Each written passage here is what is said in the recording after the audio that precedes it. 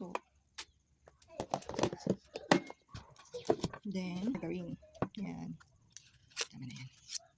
Papatikim natin kay Bella kung magugustuhan ni Bella. Mamaya. Bella, huwag kang maingay. Yan.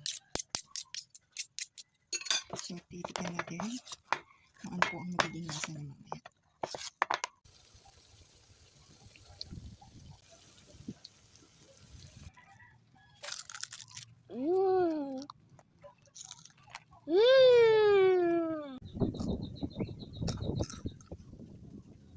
Sarap.